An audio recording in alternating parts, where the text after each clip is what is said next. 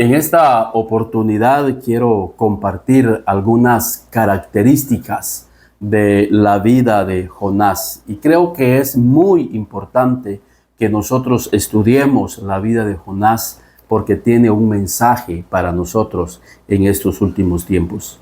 Jonás es el hombre de Dios. Recuerden, Jonás es el hombre de Dios, pero que lamentablemente lo vemos en Jonás capítulo 1 y versículo 3. Y Jonás se levantó para huir de la presencia de Jehová a Tarsis. Jonás es el hombre de Dios que vive huyendo de los propósitos de Dios.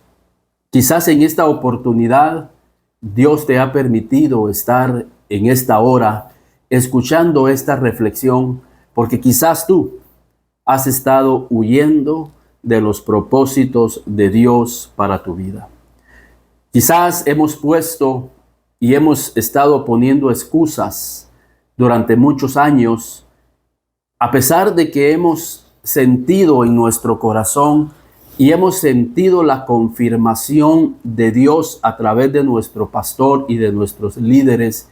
Quizás hemos recibido esa confirmación por las mismas circunstancias como la que le pasó a Jonás, pero que hemos estado huyendo, escapando y rechazando el llamado de Dios. No hablo de que estás viviendo en una vida de pecado, pero la Biblia dice que pecado es saber lo bueno y no hacerlo. Hay dos definiciones para pecado. El pecado moral, que todos sabemos, pero también está el pecado de omisión, el pecado que sabiendo hacer lo bueno, no lo estamos haciendo. El hecho de no estar en el plan, en el propósito, en la voluntad perfecta de Dios, es también un pecado. Y Jonás, el hombre de Dios, está escapando del plan de Dios para su vida. Dios lo había llamado en Jonás capítulo 1 y versículo 2. Levántate y ve a Nínive, aquella gran ciudad, y pregona contra ella, porque ha subido su maldad delante de mí. En Nínive sí había un pecado moral, el pecado que todos conocemos. Y Dios lo llama para que Jonás fuera y pregonara la palabra de Dios contra aquella ciudad, para que Dios pudiera tener misericordia al ellos arrepentirse, como sucedió al final de este libro. Pero Jonás rehusó a ese llamamiento, a ese propósito. Hagamos un alto en nuestra vida. Ahora que inicia el año, pensemos, ¿estoy yo viviendo en la voluntad perfecta de Dios para mi vida y mi familia? ¿Estoy atendiendo el llamado de Dios para mi vida? Y por el otro lado, tenemos que ser conscientes que Dios tiene un plan para nuestras vidas y tenemos que entrar en intimidad con Dios. Orar y decirle, Señor, como Pablo le dijo recién convertido, Señor, dime qué quieres que yo haga. Aquel hombre gadareno al cual Dios había liberado de muchos demonios, le rogaba a Jesús andar con él. Dice la Biblia que le rogaba porque él quería seguir a Jesús. Pero Jesús le dijo, lo comisionó, ve a los tuyos y di cuán grandes cosas ha hecho Dios contigo. Esa es la misión, ese es el propósito de que nuestras vidas sean usadas, que nuestras vidas puedan ser instrumentos en las manos de Dios. Tenemos que tener la disposición que tuvo Pablo al inicio de su vida cristiana. Ese es el primer amor. Es decirle, Señor, aquí está mi vida, aquí está en lo que tú quieras. Es el primer amor del gadareno recién liberado, igual que Pablo, liberados. Señor, dime qué quieres que yo haga.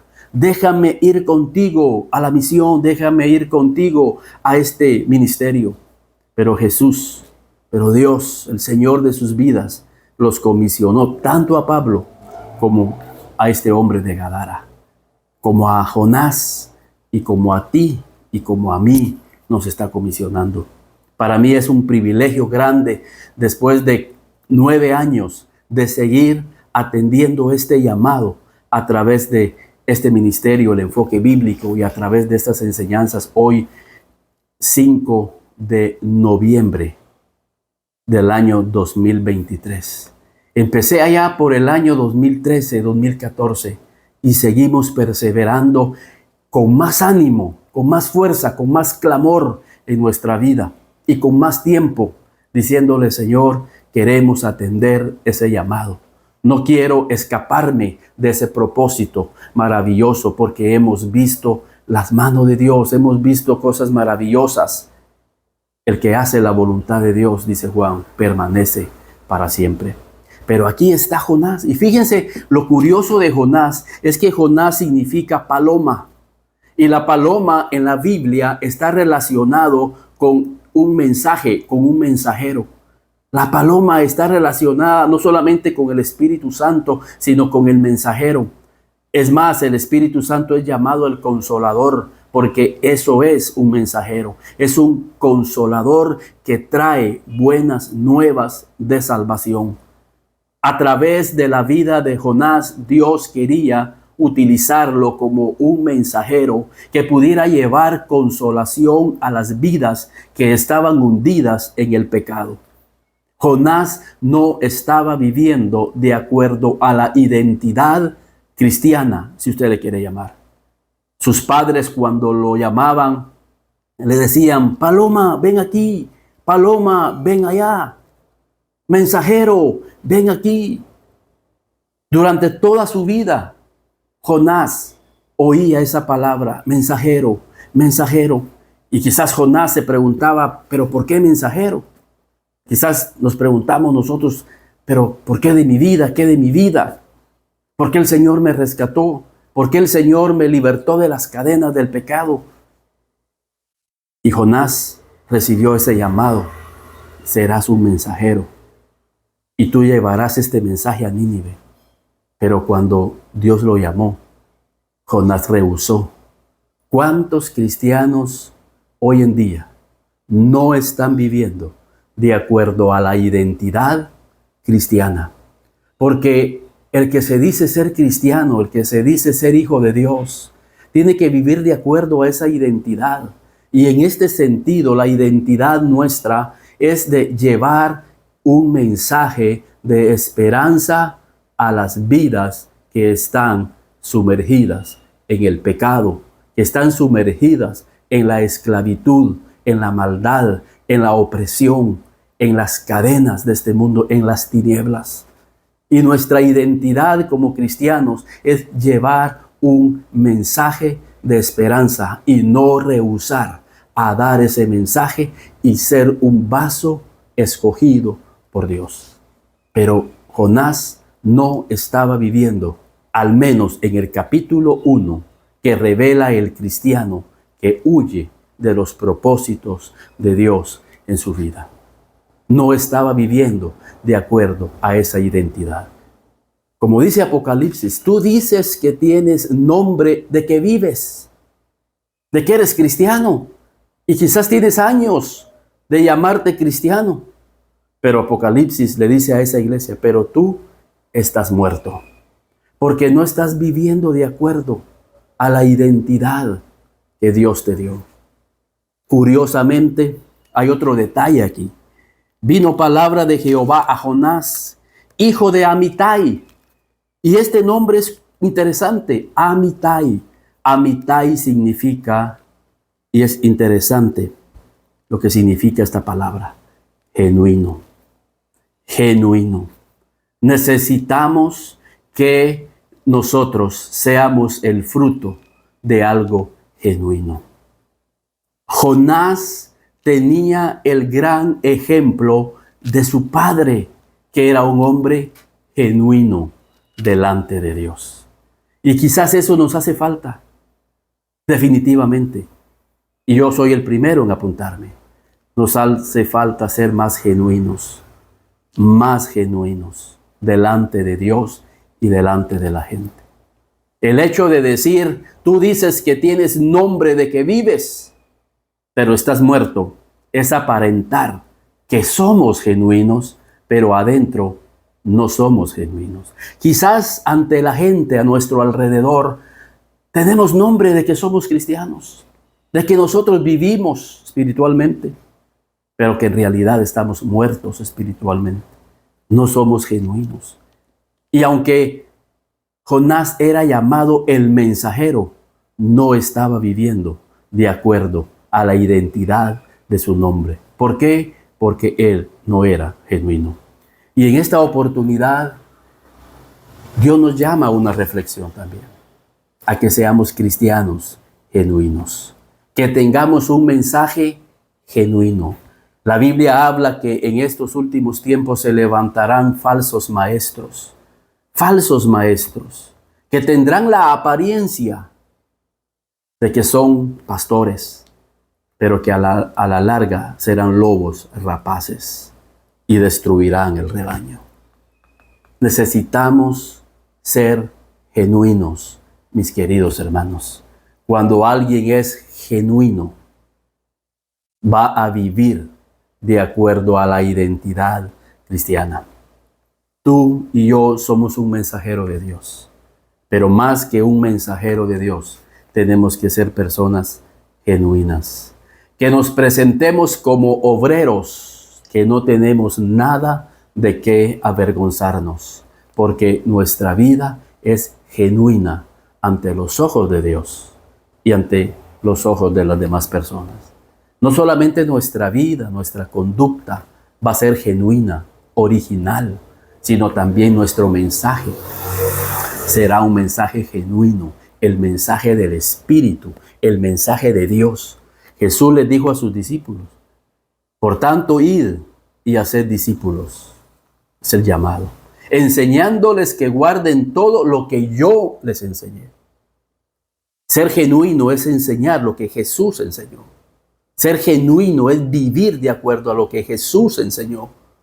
Porque hoy en día hay mucho evangelio que no está enseñando lo que Jesús enseñó.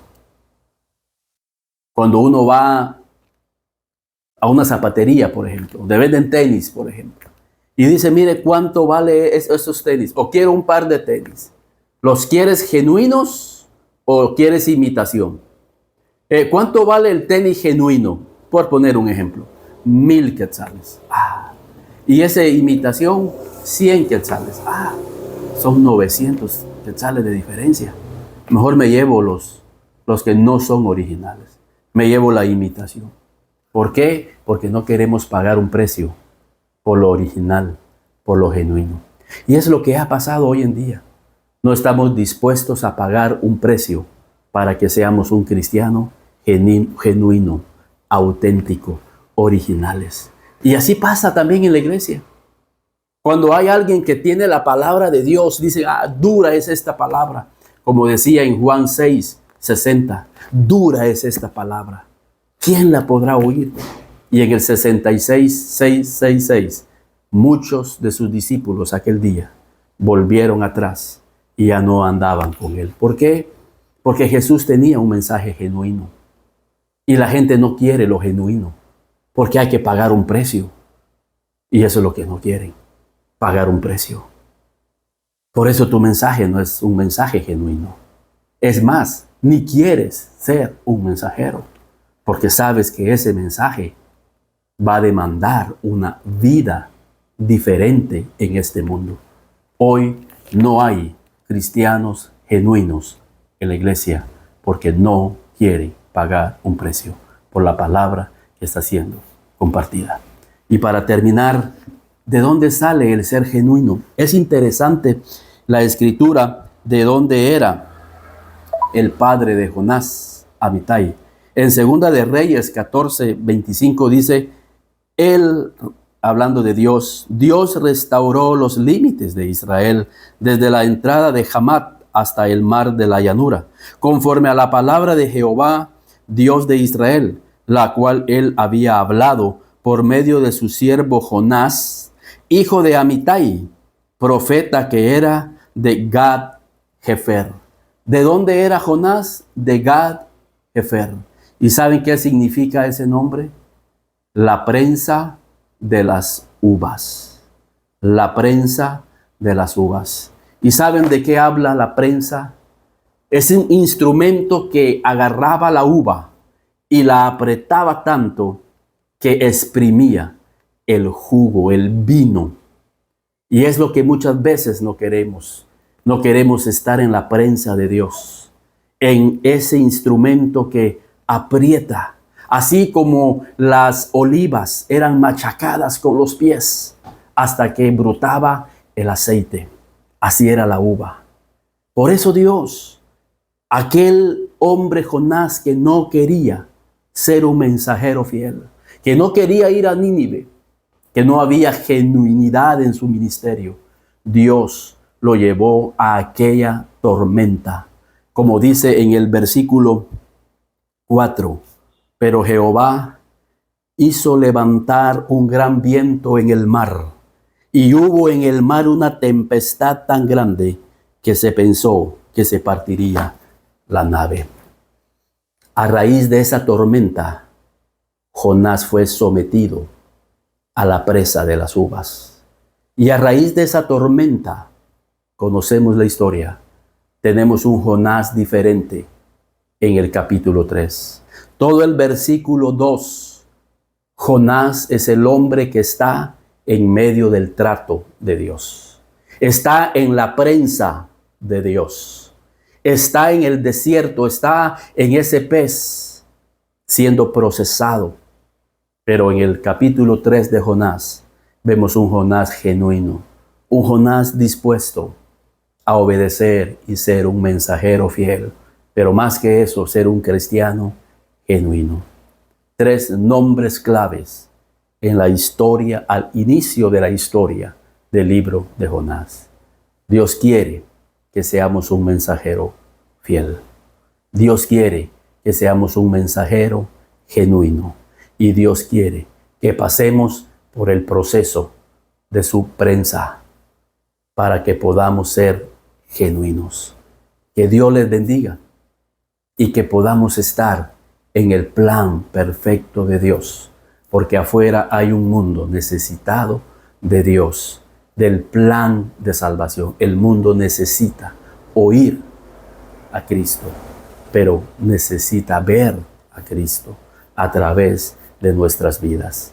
Que Dios les bendiga y que este mensaje lleve a tu vida a una reflexión y nos encontremos en el propósito y en el plan de Dios, y que ya no estemos huyendo de ese llamamiento. Que Dios les bendiga.